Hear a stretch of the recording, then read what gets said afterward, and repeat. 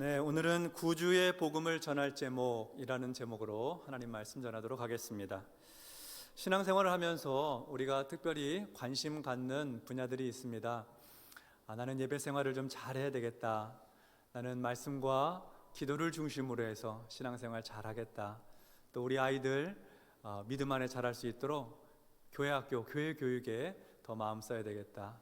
또 내가 하나님 내게 주신 재능과 은사를 가지고 교회 안에서 내가 봉사하고 또 섬겨야 되겠다. 소그룹들을 보니까 또 취미에 맞는 소그룹이 있어서 소그룹 모임에도 참여하고 또 바름 아카데미를 통해서 평생교육도 하게 됩니다. 여러 다양한 분야에 관심을 가지고 신앙생활하게 됩니다.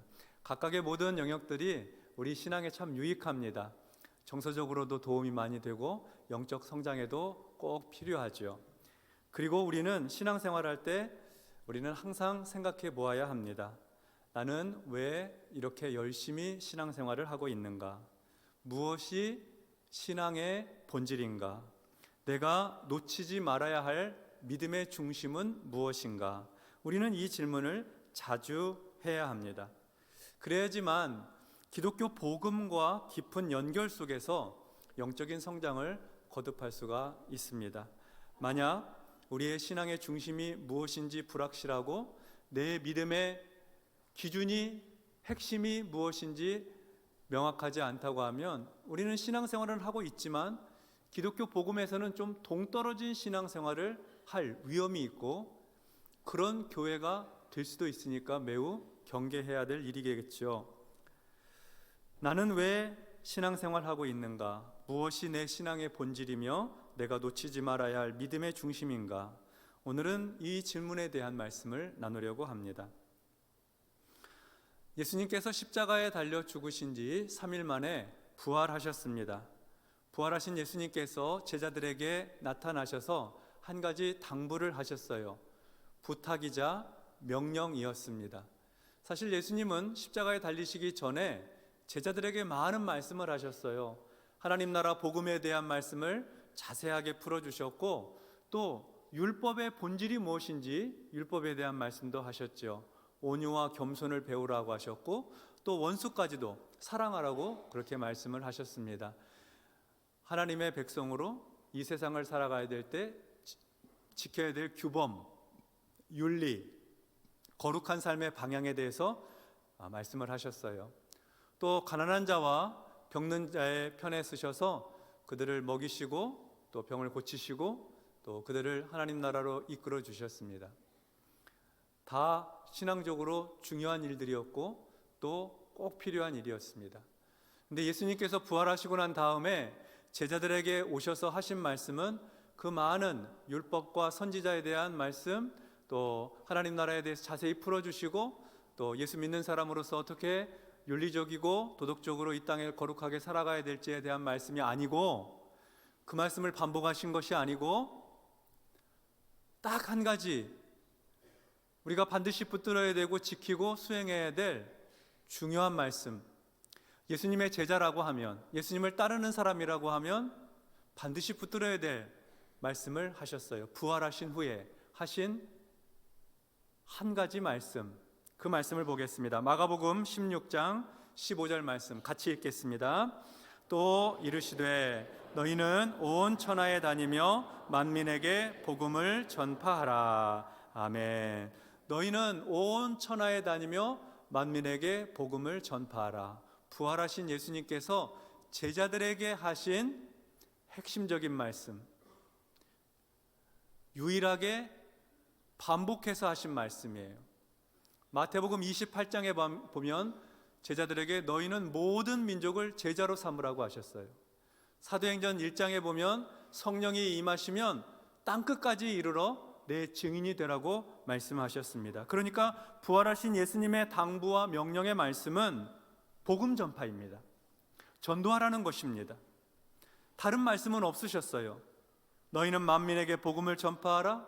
모든 민족을 제자로 삼으라.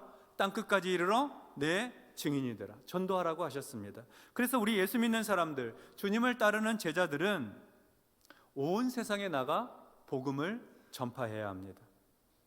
그것이 모든 성도의 사명이고 교회의 사명입니다. 복음을 전파하라. 그러면 여러분, 복음이 무엇일까요? 그냥 직접적인 뜻은 복된 소식이에요. good news, 좋은 소식, 기쁜 소식입니다. 그 복음이라고 하는 기쁘고 좋은 소식의 내용이 그러면 무엇일까요? 우리는 어떤 복음을 전해야 하는 것입니까? 어떤 사람은 전도하시면서 자기가 복받은 경험을 이야기합니다. 예수 믿고 잘된 얘기합니다. 가난에서 벗어난 얘기, 병을 고친 이야기, 또 사업이 성공한 이야기, 또 자식이 잘된 이야기를 합니다. 간증을 합니다. 간증은 하나님의 은혜를 경험하고 그 하나님의 은혜를 전하는 일이니까 좋은 이야기죠. 또 어떤 사람은 전도하면서 교회를 자랑합니다. 우리 교회 참 좋은 교회라고, 따뜻한 교회, 성도들의 사랑이 넘치고 신앙생활 열심히 하는 참 좋은 교회라고, 지역사회에 봉사하고 섬기는 교회라고 교회 자랑합니다. 교회 자랑하는 것이 얼마나 좋아요. 교회에 대한 자랑스러운 마음이 있으니까, 자부심이 가득하니까, 그러니까 자랑하는 거 아니겠어요? 그것도 참 좋은 것입니다. 복음 전할 때, 전도할 때 유익합니다. 그러나 간증 또는 교회 자랑이 그 자체가 복음은 아닙니다. 예수님께서 온 천하에 다니면서 복음 전파하라, 성령이 너희에게 임하시면 내 증인이 될 것이다 말씀하신 그 복음의 본질과 핵심은 아니에요. 그러면 우리가 전파해야 될 복음의 내용은 무엇일까요? 전도에 담아야 할 기쁜 소식, 복된 소식의 내용, 그것은 무엇일까요? 우리가 온 세상에 나가서 그 복음 전해야 될 텐데 말이죠. 사도 바울은 교회의 파송을 받고 선교 여행을 시작하게 됩니다. 안디옥 교회의 파송을 받았어요. 안디옥 교회는 팔레스타인 북쪽에 있는 시리아에 있는 안디옥 교회입니다. 최초의 이방인 교회죠.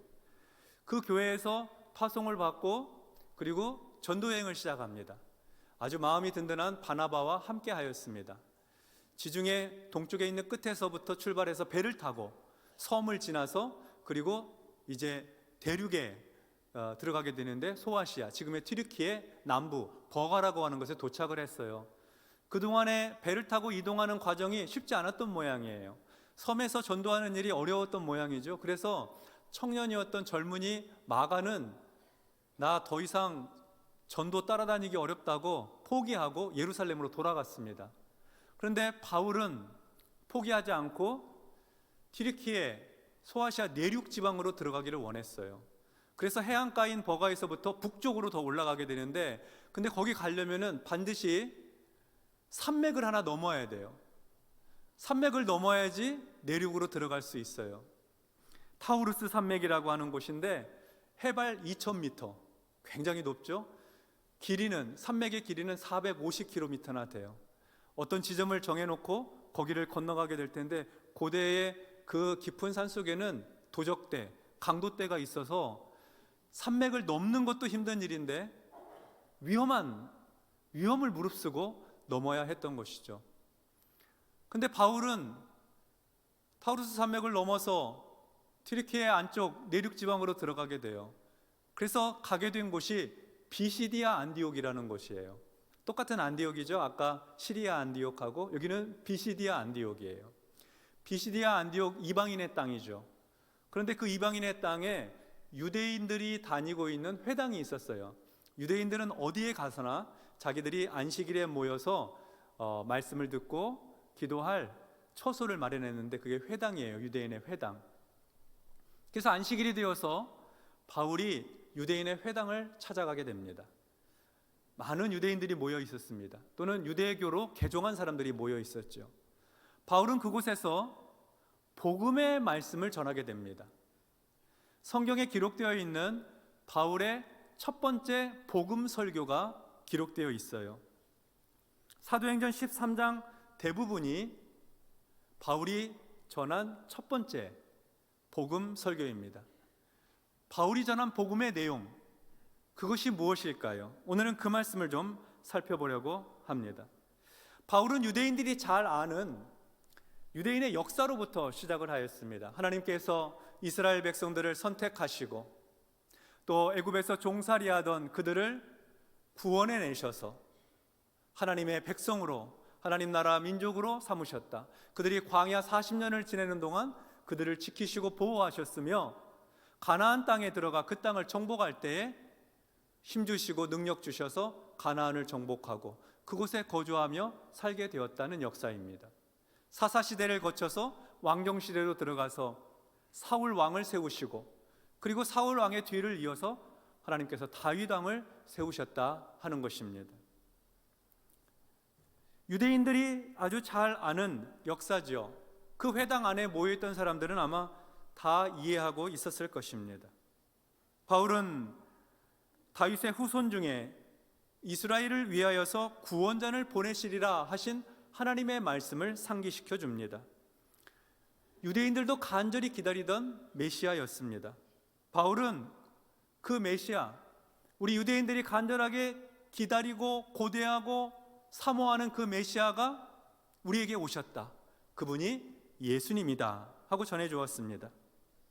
하나님께서 다윗의 후손 가운데 왕을 보내실 것이고 구원자를 보내실 것인데 하나님께서 보내시기로 한 그 구원자가 예수라는 겁니다. 그러면서 유대인들이 존경하기를 마지 않는 세례 요한도 이 예수님을 가리켜서 나는 메시아가 아닌데 이분이 바로 메시아다고 하면서 나는 그의 신발끈을 풀기도 감당하지 못할 정도라고, 그분이 그리스도라고 구원자라고 소개를 하였다라고 증언합니다. 사도행전 13장 27절로 30절의 말씀을 보도록 하겠습니다.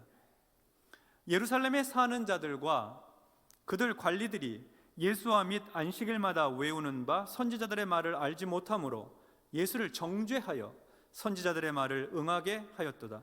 죽일 죄를 하나도 찾지 못하였으나 빌라도에게 죽여달라 하였으니 성경에 그를 가리켜 기록한 말씀을 다 응하게 한 것이라. 후에 나무에서 내려다가 무덤에 두었으나 하나님이 죽은 자 가운데서 그를 살리신지라. 아멘.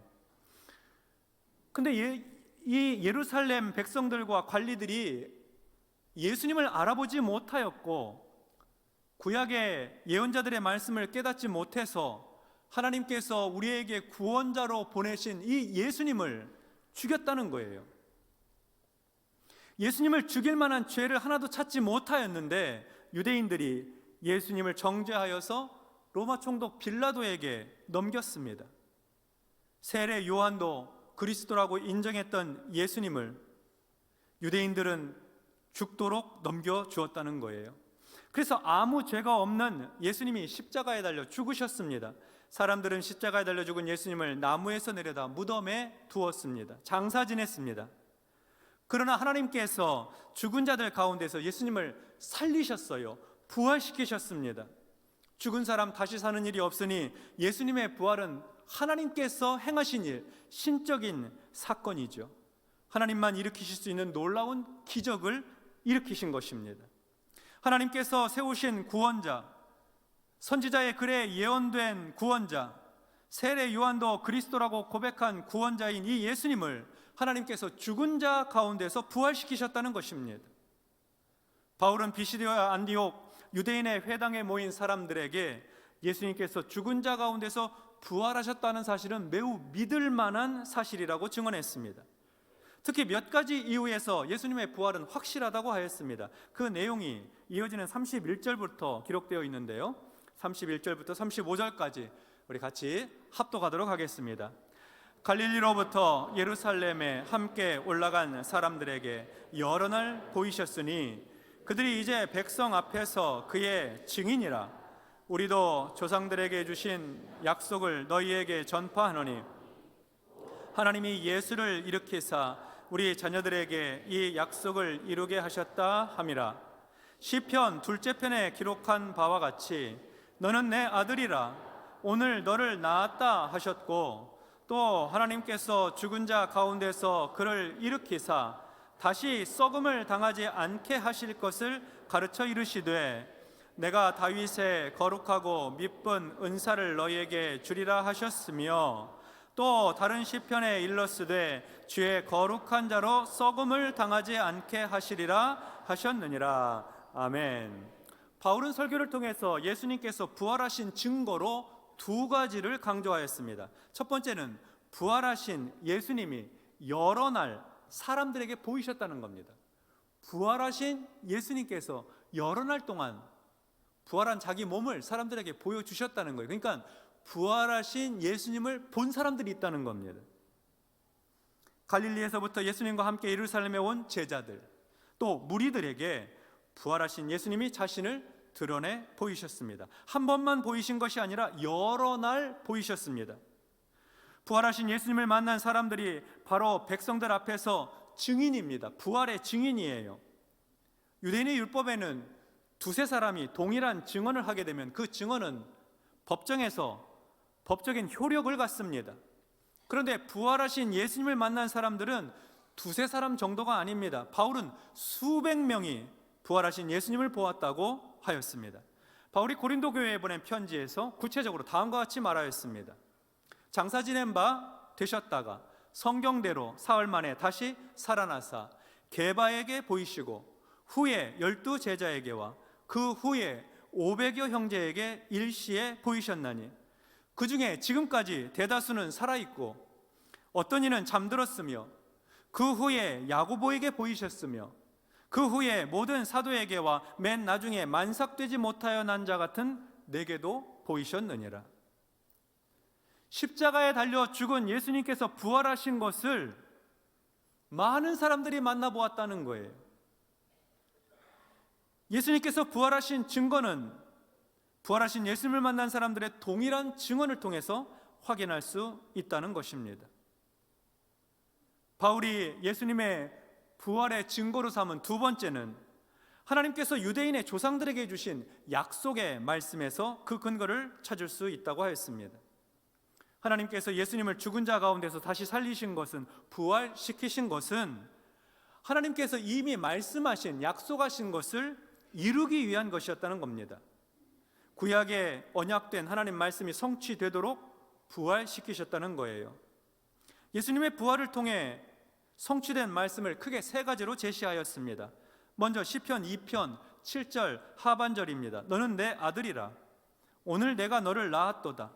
시편 2편은 하나님의 기름 부음을 받은 자 메시아 그리스도에 대한 말씀입니다. 하나님은 메시아를 향해서 너는 내 아들이라고 오늘 내가 너를 낳았다고 하셨습니다.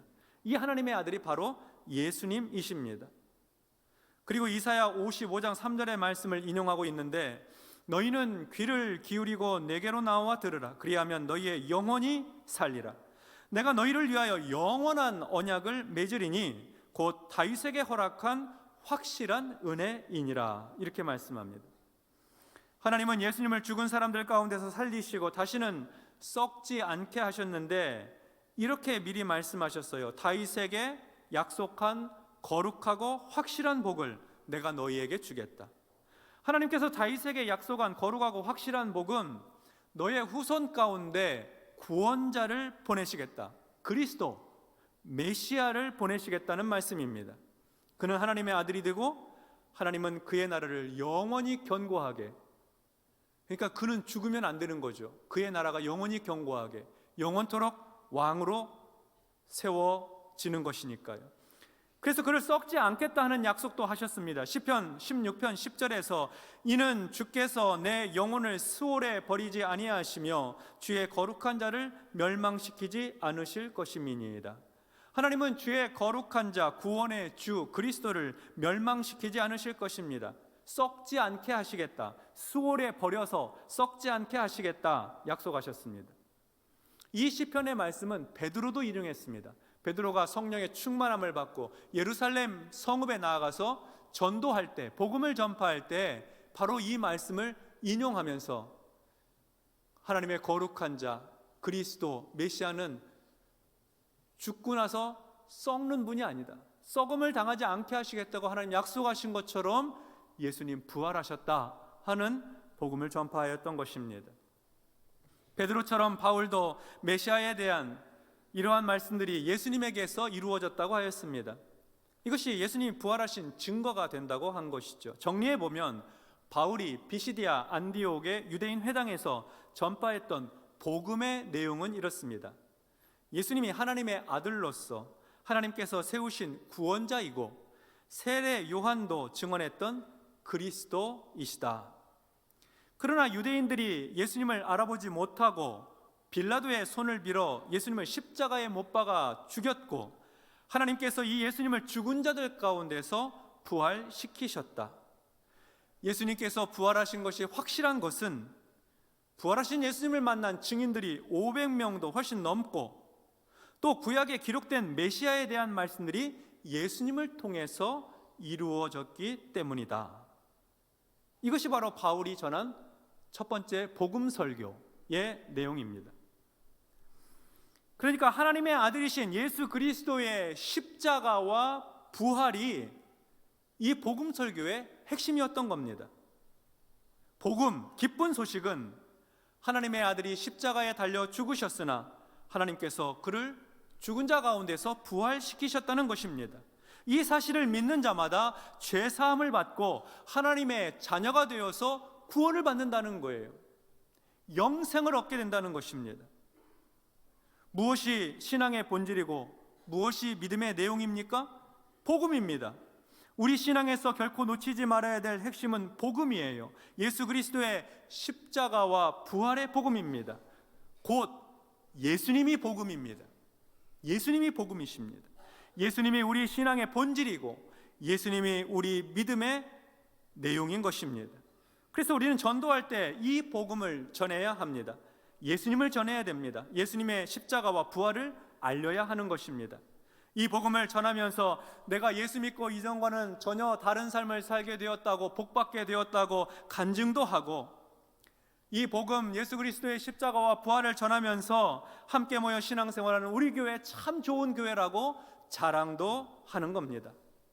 예수님이 빠진 채로 전도할 수 없고, 예수님 없는 선교, 예수님 없는 신앙생활은 불가능한 것입니다.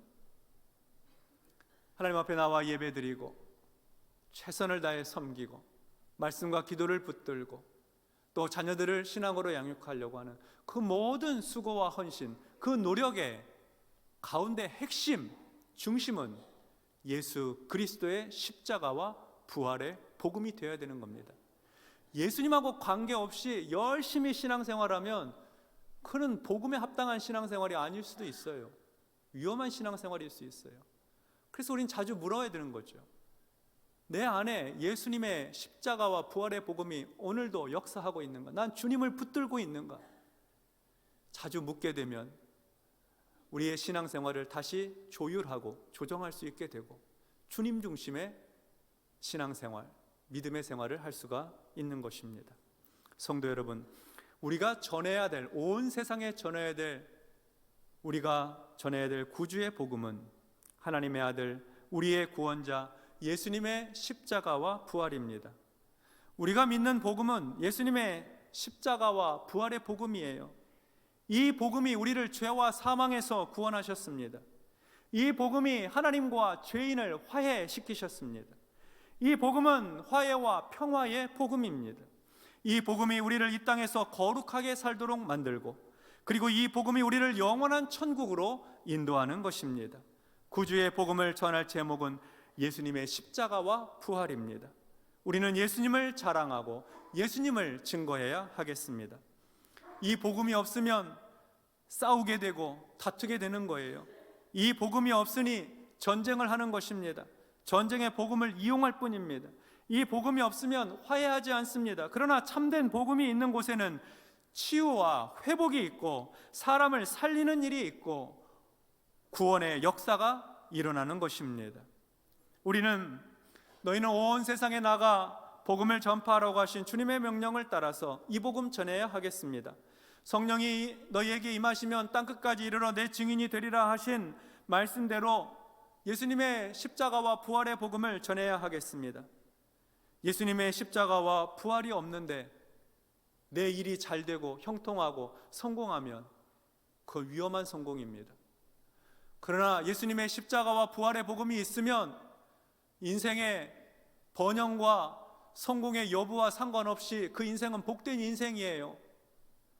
때로 가난하기도 하고 병들기도 하고 삶의 위험한 순간이 찾아온다 하더라도 그의 중심에 예수 그리스도의 십자가와 부활의 복음이 있으면 그 인생은 산 인생이고 성공한 인생이요 복된 인생이 되는 것입니다.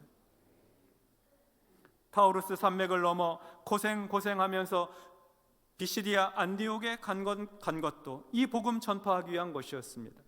바울은 평생 유대인 동족으로부터 고난받고 핍박받으면서도 이 복음을 전파하였습니다.